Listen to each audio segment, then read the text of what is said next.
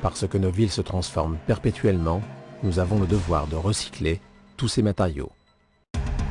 Iprema, votre partenaire pour un développement durable.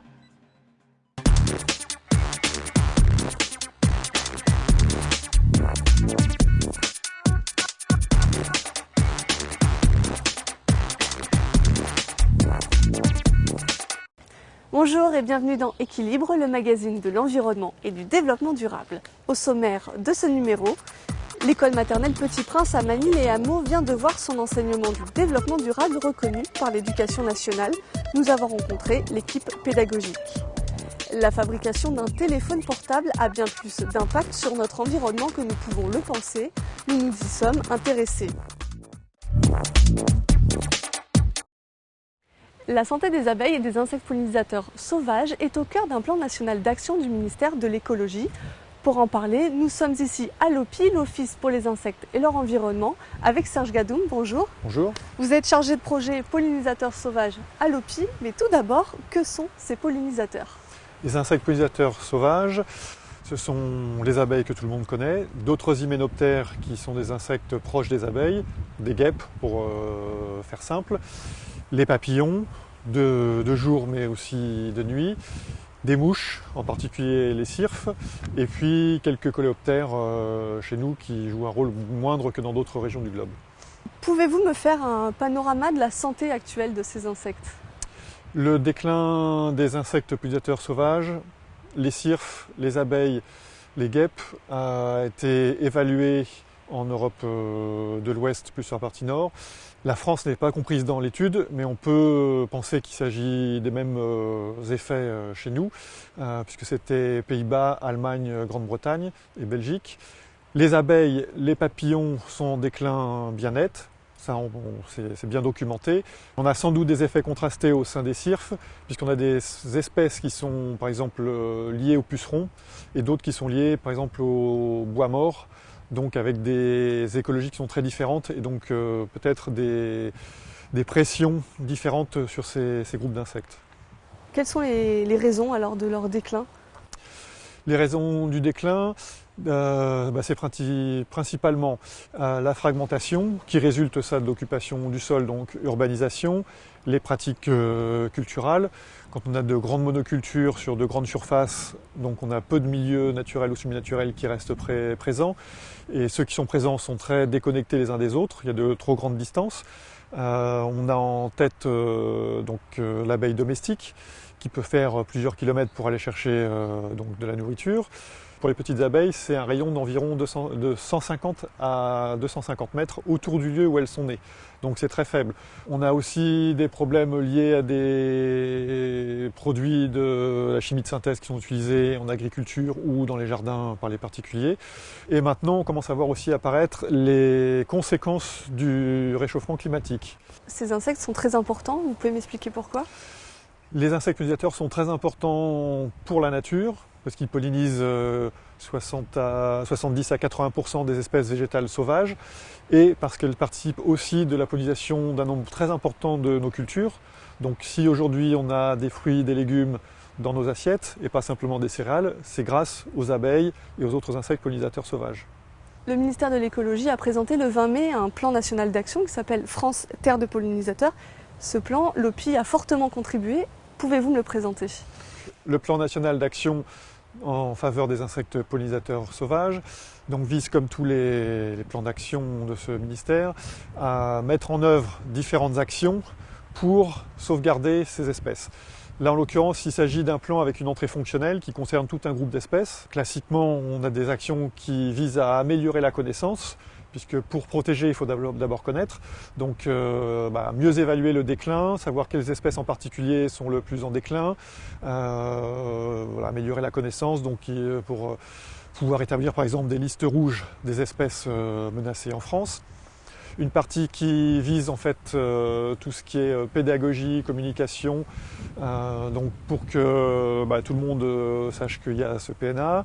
Et puis le dernier volet concerne en fait des actions concrètes à mettre en œuvre, notamment par exemple par les agriculteurs, par les gestionnaires d'espaces protégés ou gérés en faveur de la biodiversité, de façon à ce qu'ils aient concrètement des pistes d'action à mettre en œuvre sur leur territoire.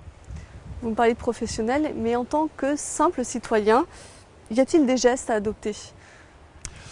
Tout citoyen peut agir pour les abeilles sauvages, les papillons, etc. Donc il y a différents documents qui sont en ligne sur Internet via le ministère de l'écologie, sur le site de l'OPI, d'autres sites, sur le programme Urban Bees notamment. On peut disséminer des petits nichoirs dans son jardin si on a un jardin. On peut aussi donc améliorer la ressource florale, ce qui est très important pour les abeilles. Pour les abeilles qui vivent longtemps, comme les bourdons, plusieurs mois, donc il faut qu'on ait une offre en fleurs qui commence depuis le début du printemps, donc ça peut être dès février dans le sud, mars chez nous, jusqu'à fin septembre, voire plus loin si l'automne est favorable. Laisser les coins de son jardin avec une flore spontanée, sauvage se développer.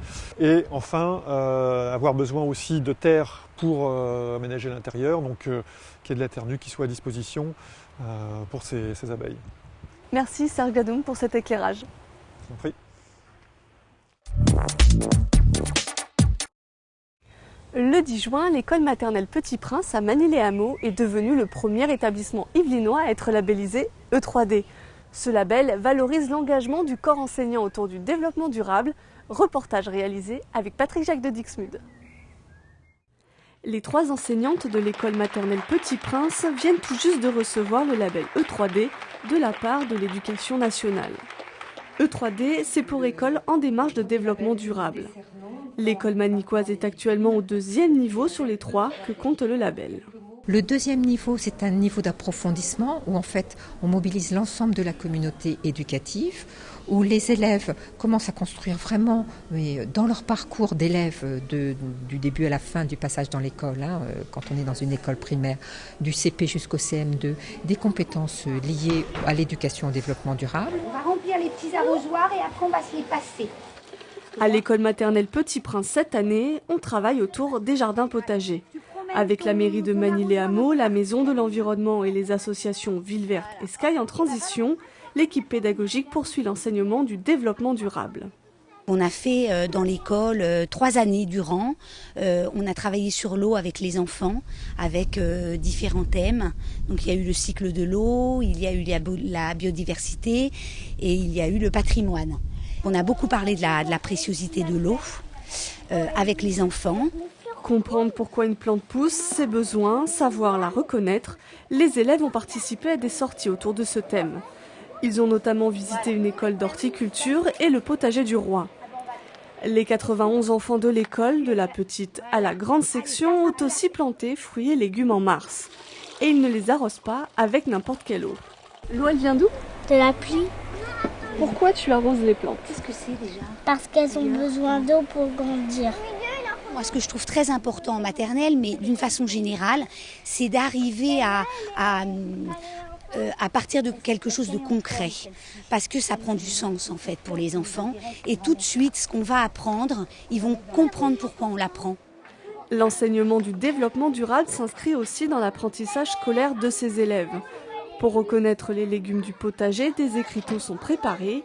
Les plus petits ont collé des photos. Les grandes sections qui rentrent en CP à la rentrée prochaine écrivent les noms. Cette lettre, elle était un peu dure.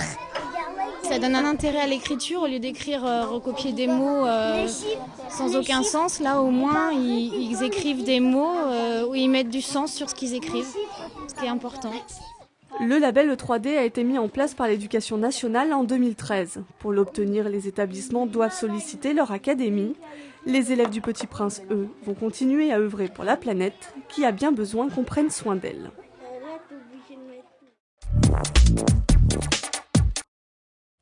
À la fin du mois de mars, 80 millions de cartes SIM étaient en service en France. 25% des téléphones portables seront jetés sans être valorisés. Mais le cycle de vie d'un mobile a plusieurs impacts sur la planète, environnemental mais aussi humain. Élodie Moine pour les images. Il est devenu incontournable, le téléphone portable. Batterie, écran, carte SIM, coque, ce sont les éléments que nous connaissons de nos mobiles. Mais savez-vous de quoi ils sont faits ? Il y a de l'or dans les téléphones, il y a du coltan, il y a de l'aluminium, il y a du plastique, donc du pétrole. Voilà, plein de métaux différents. Et puis il y a aussi les conditions dans lesquelles on va aller le chercher. Par exemple, les mines de coltan sont des mines dans lesquelles il y a beaucoup d'enfants qui travaillent et dans de très très mauvaises conditions. En 2008, l'Agence de l'environnement et de la maîtrise de l'énergie, l'ADEME, réalise une analyse du cycle de vie d'un téléphone portable moyen. Un téléphone consomme autant d'énergie qu'un avion sur 57 km et génère autant de gaz à effet de serre qu'une voiture essence sur 85 km. Au début du mois de juin, la Maison de l'Environnement, accompagnée d'associations, a voulu sensibiliser les plus jeunes. Alors, je vous demande de créer 1 ou 2 projets, ça va, dans lequel vous devez améliorer les choses, mais pour le moment, on va retirer le problème d'argent. Je sais qu'il est là, mais on va le retirer pour que vous soyez plus créatifs.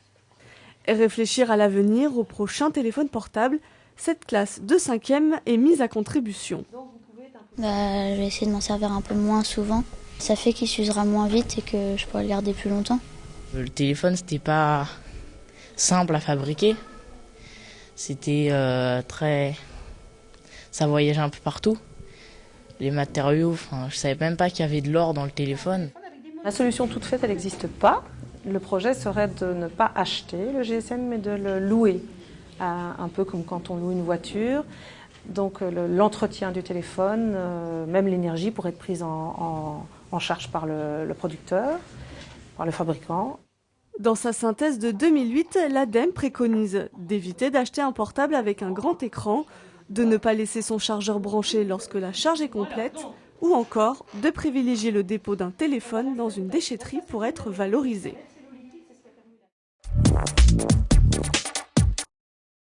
Équilibre touche à sa fin, mais avant de nous quitter, je vous propose quelques rendez-vous. La ville de La Verrière souhaite développer un projet de jardin partagé. Si vous ne possédez pas de carré vert mais que vous rêvez de cultiver, n'hésitez pas à vous faire connaître auprès du service concerné. Le jeudi 25 juin, la communauté d'agglomération de Saint-Quentin-en-Yvelines, en partenariat avec la CCI Versailles, organise un colloque autour des plans de déplacement inter-entreprises. Ces PDIE visent notamment à limiter la pollution atmosphérique, mais aussi à favoriser les déplacements des salariés. Jusqu'au 28 juin, c'est la 4e édition de Paroles de jardinier. Si vous vous posez des questions sur la gestion de l'eau à l'échelle d'une ville, l'Office de tourisme de Saint-Quentin-en-Yvelines vous propose de venir les lui poser le samedi 27 juin. Voilà, Équilibre, c'est terminé. Je vous donne rendez-vous le mois prochain. D'ici là, pensez à faire un geste pour l'environnement.